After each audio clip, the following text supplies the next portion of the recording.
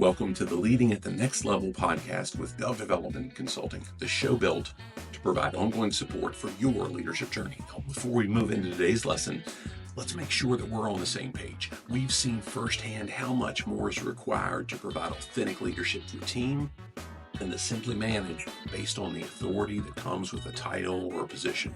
What we've learned through more than 50 combined years of leadership responsibility is that taking the extra steps to serve people and really earn influence will always produce results that barking orders just never will. If you'll stick with us through the end of the episode, we'll share how you can get a complimentary trial to a resource we've built that's like nothing else you've ever seen. Now, with that in mind, let's get to work. We're going to pick up on our series in profitability killers, and this time we're going to look at cost of a poor promotion. Found an article from Forbes. It was called "Promoting Wrong People Hurts Employee Retention and Productivity." It opened by stating managers are key to employee retention and productivity, but many companies don't promote into management the people who would do the best job as managers. I found a separate article from human resources consulting firm called Insperity. The article was called "You Promoted the Wrong Person, Now What?" And it shared a list of the potential consequences a business could face from a poor promotion. And it listed negative impacts to the employee's team, including lower morale, productivity, and damaged trust. It listed loss of clients, especially if that person was who was promoted, the poor promotion was in a client-facing role. It listed exposure to legal liabilities. It listed time and financial resources lost for a role that you then must spend time and money on to recruit, replace, and retain if the person doesn't stick in it. It also listed in some particular jobs that it could lead to safety issues as well. And that was pretty near and dear to me because I spent so much of my career in safety or safety-related jobs. Now, another article I found from a source called Job Monkey. It was called Why You Don't Want to Promote the Wrong Person. And cited a person named Jim Corder as saying, companies put the wrong people into management positions a whopping 82% of the time. And I said, holy cow, that's a bunch. Now, to this point, through this process, we've outlined a host of things that can really kill profitability in our organizations. I think it borders on terrifying to see how many of those things that we've looked at so far can be exponentially more costly just by working to fill an open leadership role. That if we make that promotion the wrong way, if it's a poor promotion, all of the things that we've looked at to this point can be even worse if it's the wrong promotion that we do. Now, here's what I've seen throughout my entire career. And so I guess we'll go back to more than 30 years ago since I formally entered the workforce right after I turned 15 years old. Every company that I've worked for had some sort of process for internal promotions. And for what it's worth, I've always felt like this has been a really outstanding approach to reward our best team members for their hard work and their loyalty, because that's a big deal, right? The challenge, however, generally comes from forcing the old square peg into a round hole. Now, for one reason or another, even the best of intentions in growing our team from within, it can rapidly turn into something that might be viewed as no good deed going unpunished, right?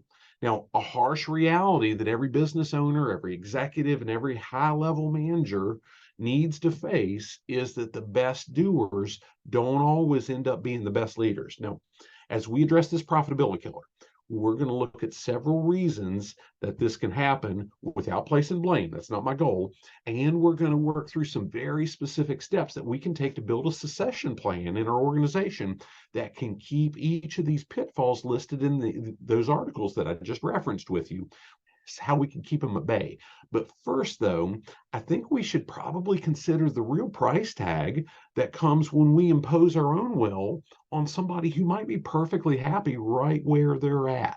So one of the first people that I remember meeting on an assembly line when I finally made it to the shop floor after 9 full days of orientation was a guy named Phil. He, at that point in time, he was day shift lead on that particular line, and he had been for long enough to have earned a reputation that even me, as a hard-headed and strong-willed 19-year-old, would really quickly admire. And truth be told, I'd heard about how great Phil was to work for even before I started with that company. Now, for close to 4 decades, maybe even a little bit more than 4 decades, 10 or so years before I started, near the whole time, nearly 20 years that I worked with him, and for about a decade after, Phil served in a lead role for various different assembly lines in relatively the same area of that manufacturing facility. Not only did he make a great impression on me from the start, he and I maintained what I'd like to think was a pretty solid working relationship in each role that I took on moving forward while I was with that organization. Now, I can think of more than a few times where I'd poke and I'd prod at him about throwing his name in the hat for a supervisor spot. I'd seen a whole bunch of other folks make similar moves, and quite frankly, I think he had earned far more respect than most of them had. Each time, though, Phil was really quick to shut me down. He wanted absolutely no part of that supervisory or management responsibility. Now, I could go on and on about Phil. How he turned down significantly more money with other companies, not just one, but a couple different times that I'm aware of.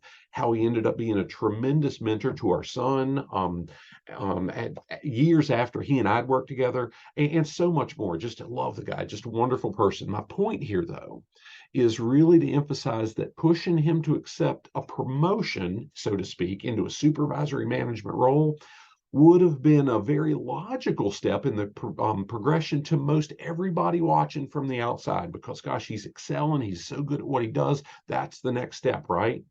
Except for the folks that really, really knew him well and would have said, Phil's doing great where he is. He wants no part of that other thing. Now, he enjoyed the majority of what he did.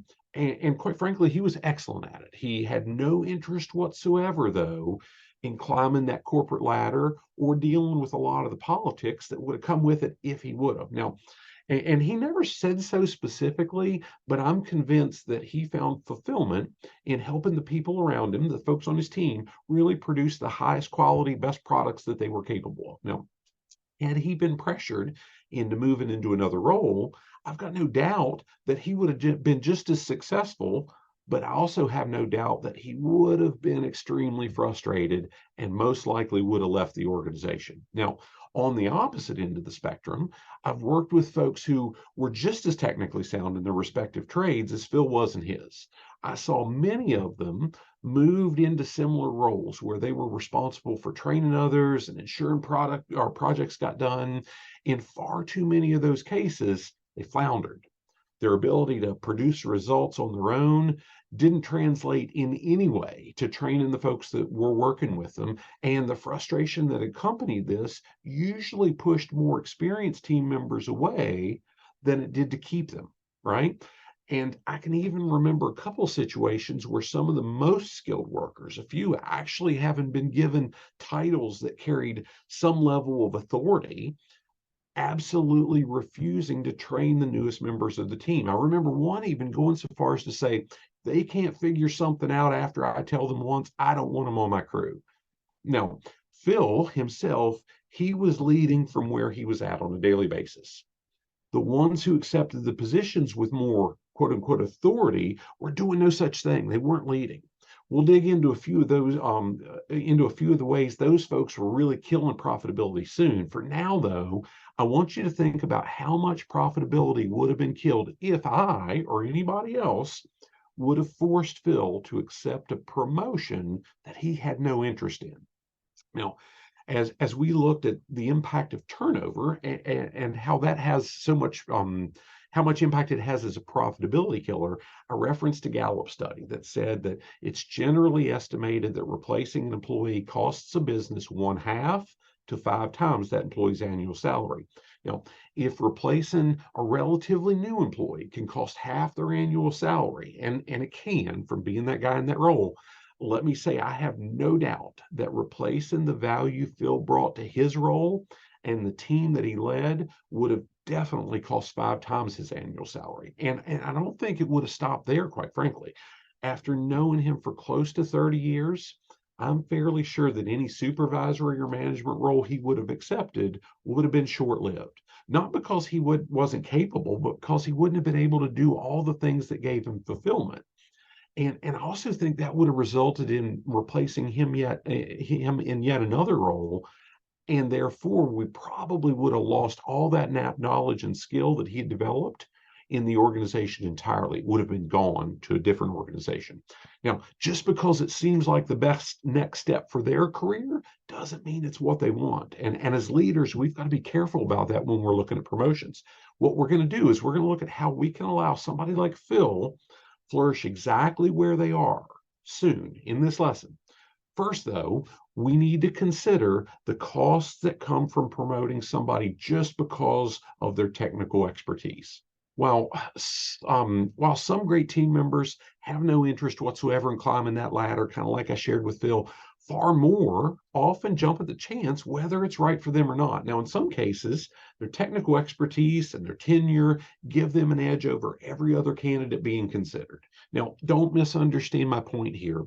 I don't think there's anything wrong with that as long as they're willing to develop the completely different skill set that comes that they're going to need to have when they need to lead a team of what used to be their peers, right? In other cases, the person moving into the supervisory or management role might have far less experience with the organization, but maybe they've got this flashy resume with all sorts of sparkling accolades and all this other craziness. However, this can create just as many challenges if they're more intent on climbing the ladder than they are on building relationships and earning influence with the teams they're responsible for.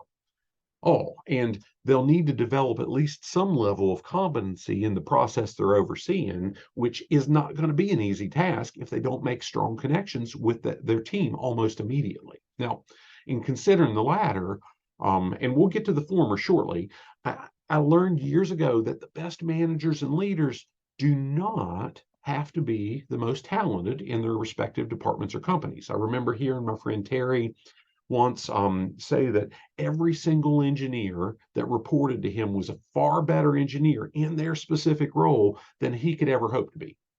But that didn't stop him on any given day from rolling up his sleeves to learn as much as he absolutely could about what each of them were engaged in that moment. And just recently, I was with a friend of mine who had bought a business that had a long history in our area. And another fellow that I'd introduced him to, he said, "Gosh, you must have really enjoyed this. This is a hobby. XYZ is a hobby. For you to buy a business that's what they do. And that's what they've done for 75 years. And my friend was really, really quick to point out that um, he had almost no understanding of the technical side of the business, but he knew the company had good people in place who did know all those things. So he's worked really hard at building relationships with them and learning as much as he could in the process. Now, in both cases, Terry's and my friends that I just mentioned, the teams reporting to each of them delivered outstanding performance. And those teams also loved them as their leaders. It was so cool to watch because they were engaged and they earned that respect, even though they weren't the most technical in either of those respective roles. Now, the opposite can be just as apparent, but it has a far different effect on each team member and the overall performance of the organization. So I saw two different folks, both with what appeared to be outstanding experience, accept high level roles and start making immediate changes with the intent of improving the bottom line. Now, in each case, there was no attempt to learn the history or the processes that they were working to change, or any time invested in developing relationships with the people who had been involved in those processes for decades. Both of them were incredibly intelligent, and neither was even a little bit shy about saying how intelligent they were, but neither ever earned any buy-in from the teams reporting to them, and that made a huge impact on the results they achieved, and quite frankly, the results they didn't achieve. So how about the folks we promote internally? The ones who have been with us forever and have absolutely mastered their craft. Now, in some cases, the allure of, say, higher pay or fancy title, it can draw those folks to take that next step. But sometimes, let's be honest, we push them into those roles because we don't have any other viable options. In either case, the results may not be what we'd hoped for. Our best doers often get extremely frustrated when the team now reporting to them isn't getting the same kind of results that they did when they were executing the same task. Now, all too often, addressing this, that lack of results with the individual was not a skill that they had developed along the way. And since this is an issue that I've heard described by owners and executives in every single industry that Cindy and I worked with, I'm not going to bother listing the examples. Quite honestly, I have no doubt that you're already thinking of several that you've seen personally. However, I will emphasize that this can play just as big a role in lowering employee engagement, increasing turnover, or exaggerating just about any other profitability killer that we've worked through, as bringing in somebody with a great resume who never works to connect with the team. Now, in either of those cases, this can seem like, gosh, maybe we've promoted the wrong person, and maybe we have. But there are some steps that we can take to equip the folks in each of these examples. They just need to be willing to develop a new set of skills. We'll detail those skills shortly. Before that, I want to take a look at what we can do to make sure that we've got the best shot possible of moving the appropriate person into a leadership role. Thanks for listening to the Leading at the Next Level podcast. Next time, we'll pick up where we left off by digging into how we can recognize the right candidates to promote. Now, if you'd like to go deeper into anything that we've shared here, or you need continuing education credits for your professional credential, send us an email at admin@dove-development.net, and we'd be happy to hook you up with a 45-day all-access trial to our complete Leading at the Next Level program at no cost. The full program, my goodness, it includes access to well over 100 hours of digital lessons, complete with slides and action-based assessments to really help you capture measurable bottom line improvements in your organization. It also includes live lessons each month with Q&A, so we can really work to help you identify the specific action steps you want to take to lead your team more effectively.